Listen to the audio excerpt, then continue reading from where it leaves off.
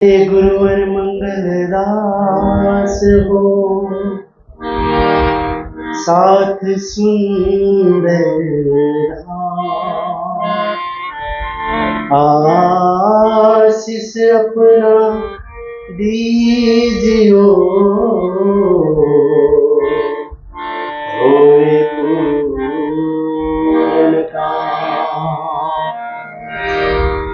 सदा महामति दायिने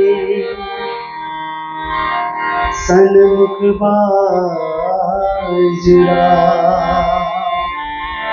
नाम लेत 70 साल को सिद्ध हुए सबका। नाम लेत 70 साल को सिद्ध हुए सबका। बांके बिहारी लाल की जय। तुम खोजो रे सतगुरु साचा, मन तुम खोजो रे सतगुरु साचा। ऊंची दुकान देखी मत भूलो, सो पकवान ही कांचा। मन तुम खोजो रे सतगुरु साचा, मन तुम खोजो रे सतगुरु साचा।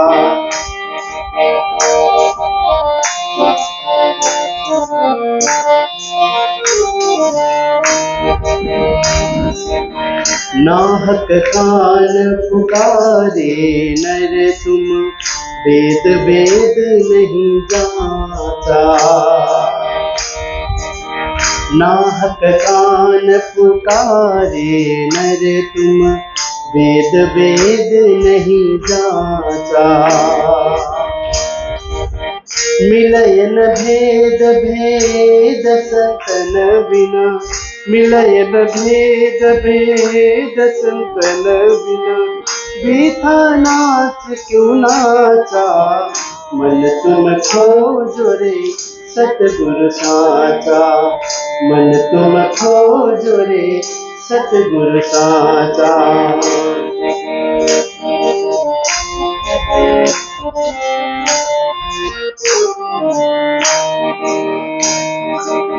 दत्तात्रेय 24 गुरु कीने, जब लग मन नहीं राचा। दत्तात्रेय 24 गुरु कीने, जब लग मन नहीं राचा। कर सत्संग भेद जब पायो, कर सत्संग भेद जब पायो। खुले भरम के ढांचा, मन तुम खोजो रे सतगुरु साचा, मन तुम खोजो रे सतगुरु साचा। ऊंची दुकान देखी मत भूलो, ऊंची दुकान देखी मत भूलो। सो पकवान ही कांचा।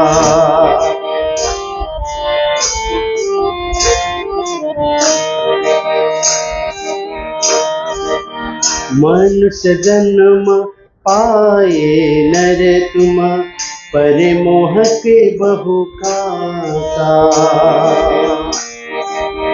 मनुष्य जन्म पाए नर तुम, परे मोह के बहु पासा। बालक सखी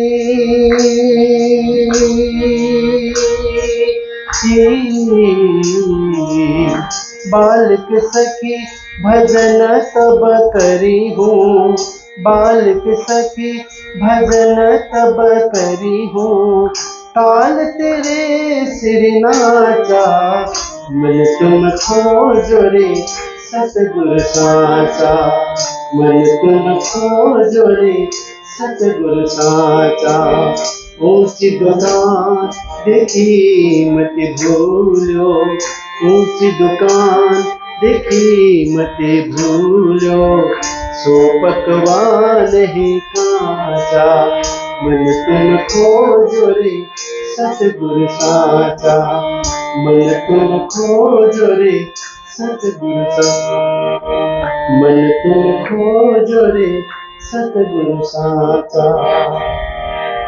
कृष्ण कन्हैया लाल की जय, कन्हैया लाल की जय।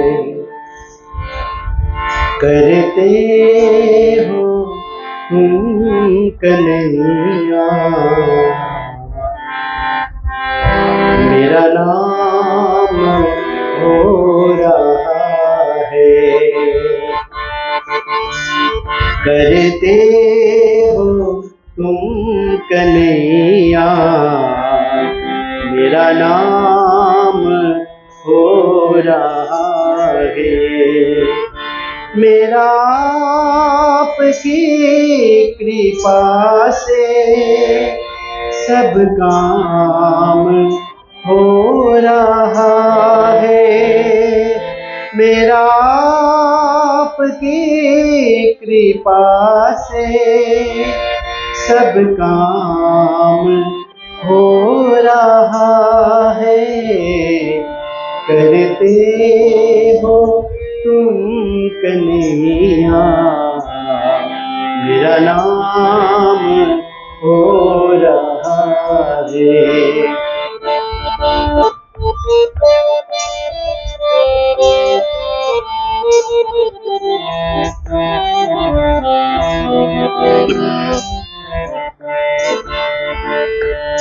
पतवार के बिना ही मेरी नाव चल रही है, पतवार के बिना ही मेरी नाव चल रही है, हैरान है जमाना मंजिल भी मिल रही है, हैरान है जमाना मंजिल भी मिल रही है, करता नहीं मैं कुछ भी सब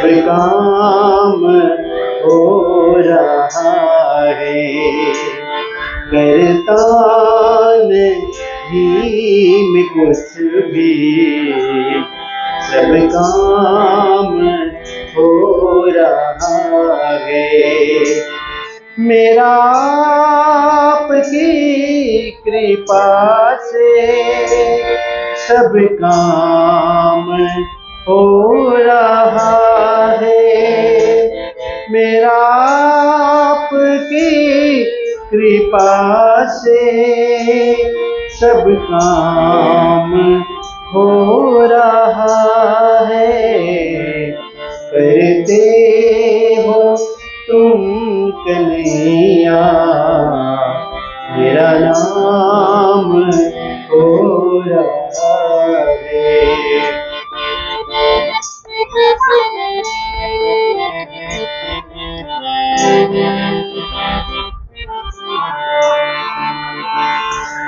तुम साथ हो जो मेरे किस चीज की कमी है,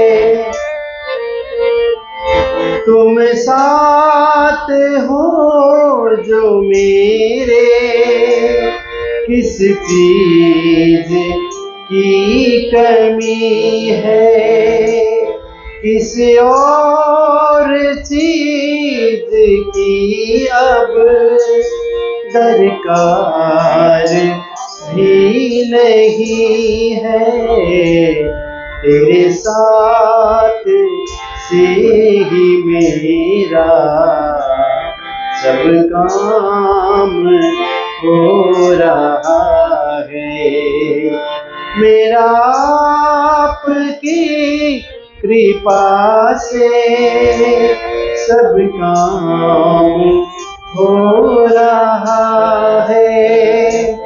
मेरा आपकी कृपा से सब काम हो रहा है।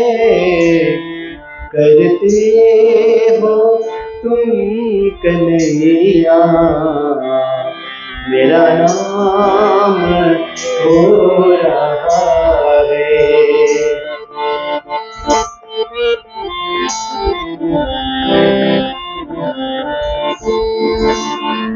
मैं तो नहीं हूँ काबिल, तेरा प्यार कैसे पाऊँ। मैं तो नहीं हूँ काबिल, तेरा प्यार कैसे पाऊँ। टूटी हुई वाणी से गुणगान कैसे गाऊं। तेरे साथ ही मेरा सब काम हो रहा है।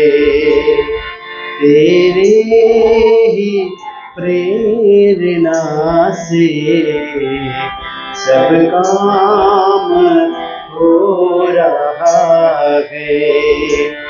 मेरा आपकी कृपा से सब काम हो रहा है। मेरा आपकी कृपा से सब काम हो रहा है। करते हो तुम कन्हैया, मेरा नाम हो रहा है। मेरा नाम हो रहा है। कृष्ण कन्हैया लाल की। देखिए कि गाय चरते चरते जंगल में जाती है तो ग्वाला भी पीछे पीछे उनको लौटाने के लिए जाता है।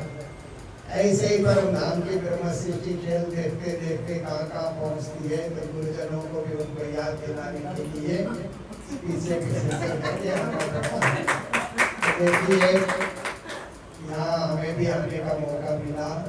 तो इस संसार में क्या है, परमात्मा और आत्मा के बीच में गुरु माध्यम होते हैं। जैसे सूर्य और आँख के बीच में प्रकाश माध्यम है। प्रकाश है तो सूर्य को हम देख सकते हैं, ऐसे सूर्य को नहीं देख सकते। आँख है तो हम देखते हैं, परंतु बीच में प्रकाश माध्यम होता है। ऐसे गुरुजन ज्ञान का प्रकाश देते हैं, ज्ञान का उजाला देते हैं, ताकि फिर परमात्मा का वो परम धाम हमें प्राप्त हो जाए। तो एक बार की पुरानी कथा मैं आपको सुनाता हूँ कि संसार में प्रभु राम ने भी गुरु किया, प्रभु कृष्ण ने भी गुरु किया। कोई भी महात्मा महापुरुष अवतारी पुरुष आते हैं तो किसी को गुरु का श्रेय देते हैं और भक्ति का प्रचार प्रसार करते हैं।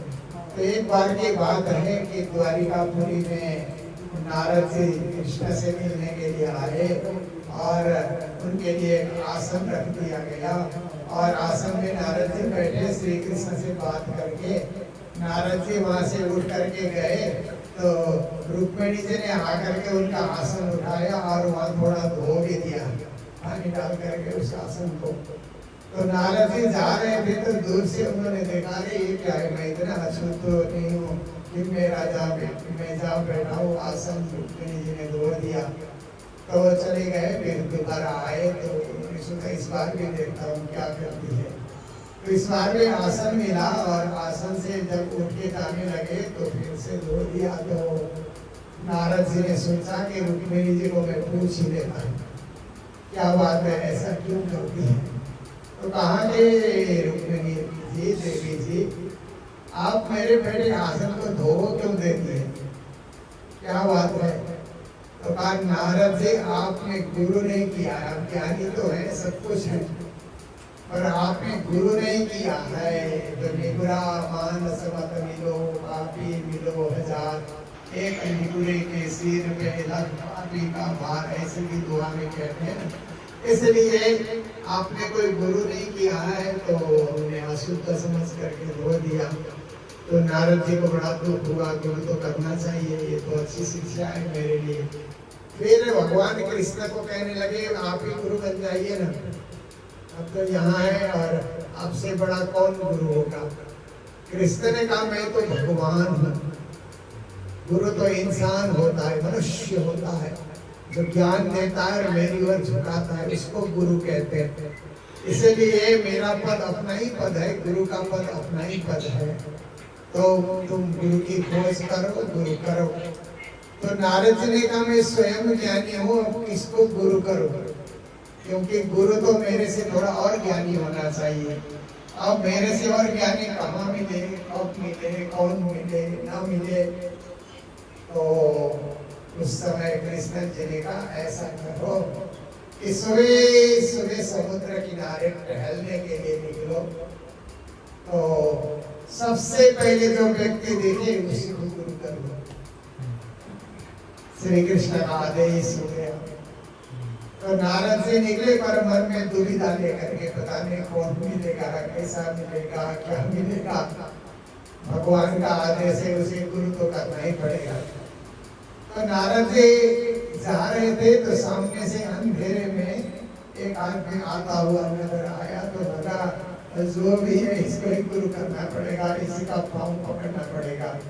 तो जैसे नजदीक आया तो गुरुदेव ऐसा करके नारद जी ने उसका पाँव पकड़ा, तो उसने भी उसे आशीर्वाद दिया। आशीर्वाद देने के बाद कहा कि क्या बात है, भगवान ने कहा सुबह सुबह जो मिले उसी को गुरु करना। अच्छा ठीक है, तो आपने सुबह सुबह मुझे देखा तो कहा तो आप ही गुरु बन जाइए। तो उसने कहा गुरु मंत्र स्वीकार करो, श्री कृष्ण शरणं मम, श्री कृष्ण शरणं मम, श्री कृष्ण शरणं मम, इस मंत्र का जाप किया करो। तो नारद जी ने देखा कि ठीक है गुरु तो मिल गया। जब वो मंत्र लेकर के जाने लगा तो मच्छी मारने की जाली पीछे उसको लटकाया हुआ था। नारद जी ने कहा ये तो गजब हो गया, मच्छी मारने वाला, इसको मैंने गुरु बना दिया। मंत्र तो दिया उसने पर अच्छा नहीं मिला। तो लौट करके कृष्ण के पास आए तो कृष्ण ने कहा नारद जी गुरु किया आपने, गुरु तो किया परंतु ऐसे कहा। तो देखिए ना, परंतु जब लग जाता है ना तो फिर डाउटफुल हो जाता है ना, शंकास्पद बात हो जाती है। तो भगवान ने कहा परंतु क्यों बोलते हो, किंतु परंतु ये तो बोलना ही नहीं चाहिए, क्यों बोल रहे हो।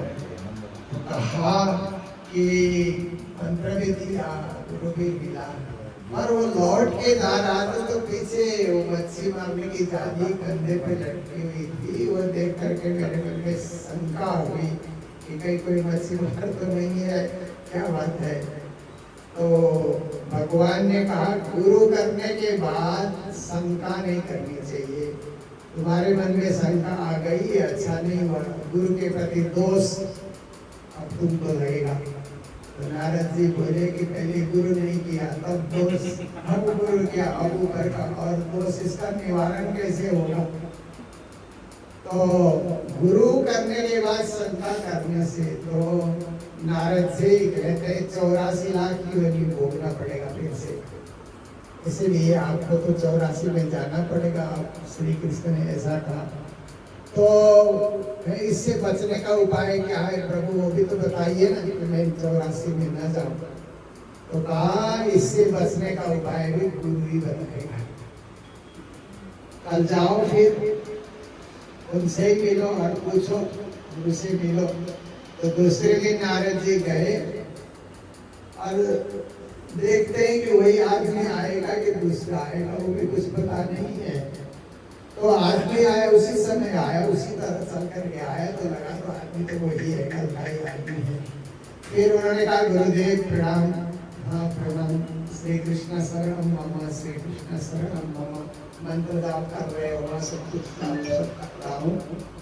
तो आपको मैंने कल गुरु किया था, भगवान के पास जाकर के मैंने गुरु तो किया, परंतु ऐसा कहा तो मेरे ऊपर दोष आ गया, गुरु पे शंका करने का ये दोष आ गया।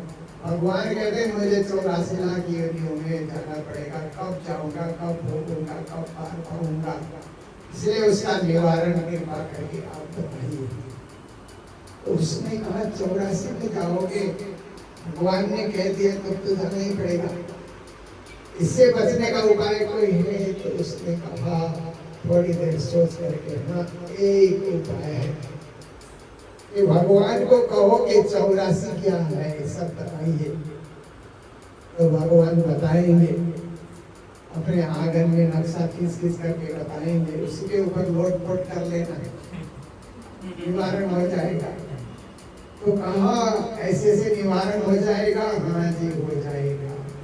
पर आपके ऊपर मेरे मन में शंका आ गई कि ये मच्छी मारने की जाली आप लेकर क्यों चलते हैं? कल भी चल रहे थे, आज भी आपके पीछे। तो उन्होंने कहा नारद, मैं जो लोग मच्छी मारते हैं उनको प्रवचन सुना करके उनको फिर भक्त बना देता हूँ, कृष्ण का भक्त बनाता हूँ। तो मेरे को लगता है कि ये जाली उनके पास छोड़ दूँ तो 2010 दिन में फिर वही काम शुरू करेंगे, इसलिए उनसे वो चिन करके खेती करो, कृषक करो और काम करो, मच्छी मत मारो। ये शिक्षा दे करके जाली उनसे हड़प करके मैं कहीं ले जा करके उनको गिरा देता हूँ, उनको मैं कृष्ण भक्त बनाता हूँ, ये मेरे रोज का नियम है। तो महाराज जी ने कहा कि गुरु तो अच्छा ही मिला है, देखो ऐसे मच्छीमार लोगों को भी शिक्षा दे करके भक्ति के मार्ग से जोड़ने वाले गुरु तो मुझे अच्छे ही मिले हैं, किंतु परंतु मुझे नहीं करना चाहिए था। फिर भगवान के पास गए, कहने लगे कि गुरु भी कहते 84 तो भोगना ही पड़ेगा, तो भगवान 84 बताइए ना कैसे होता है। तो श्री कृष्ण ने ऐसे नक्शा खींची और 84 लाख योनियां कैसे होती है, सारा कुछ भगवान ने वहाँ पर नक्शा खींच करके बनाया। तो नारद जी उसी में लौट पट करने लगे। तो कृष्ण कहते इसमें नहीं, असली 84 में जाना पड़ेगा, ये तो मेरा ऐसे ही तुमको समझाने के लिए बनाया है। तो नारद जी ने कहा वो भी आपका बनाया है, ये भी आपका बनाया है, एक तो मैंने भोग लिया ना। तो कृष्ण कहते हैं ऐसी बुद्धि नारद जी किसने दी? गुरु ने ही मुझे दी। तो कृष्ण कहते हैं कि गुरु जो होते हैं हर प्रकार से, चाहे शिष्य ज्ञानी हो अज्ञानी हो कैसे भी हो, घुमा फिरा करके उसको परमात्मा से ही जोड़ते हैं, ये गुरु का काम है। महान गुरु होते हैं वो सारे जगत के जीवों का कल्याण चाहते हैं, इसलिए सबको मेरी भक्ति की ओर झुका देते हैं। देखो मच्छीमार को भी झुकाते हैं, आप जैसे ज्ञानी को भी झुका देते हैं, छोटा हो बड़ा हो कोई भी हो, बुढ़ा हो जवान हो बालक हो, हर एक के साथ उसी की तरह घुल मिल करके उसको परमात्मा की भक्ति से जोड़ते हैं। ये महान जो हृदय जिनके पास होता है उन्हीं को गुरु कहा जाता है। इसलिए आप 84 से मुक्त हो गए नारद जी, और अब की बार आप चल करके आओगे तो रुक्मिणी जी को भी पता लगेगा और आपका आसन नहीं धोया जाएगा।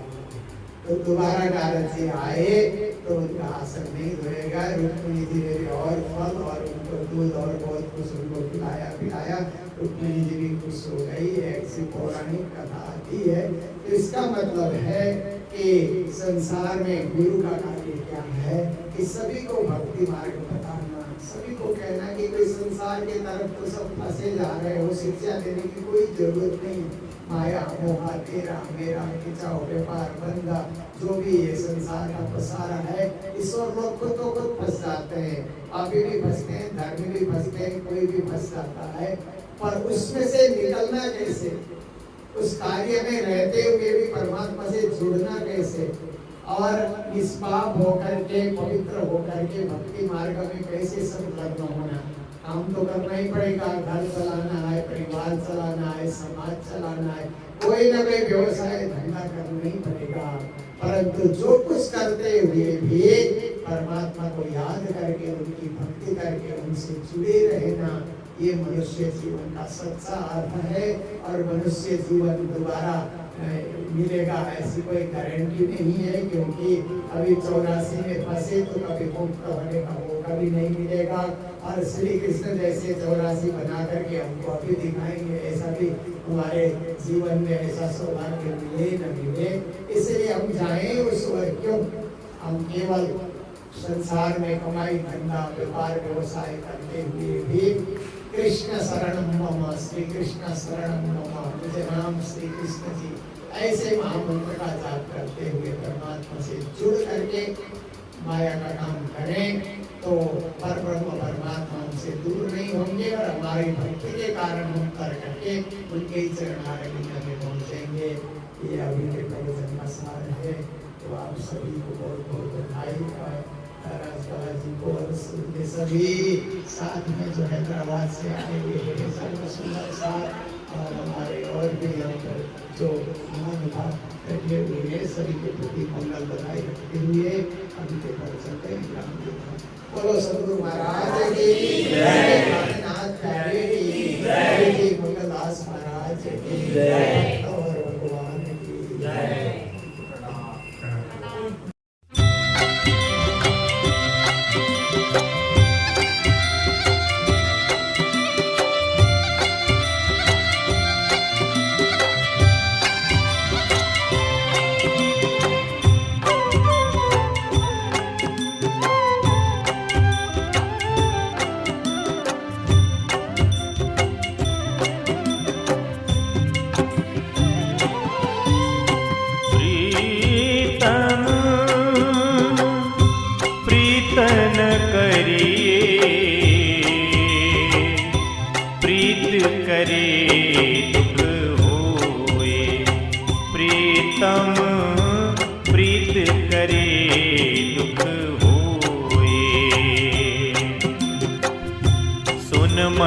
कंठ सुजान सुमय होए, सुन मन कंठ सुजान सुमय होए, प्रेम के फंदन परिये प्रीतम, प्रेम के फंदन परिये प्रीत करे दुख होए, प्रीतम प्रीत करे दुख होए।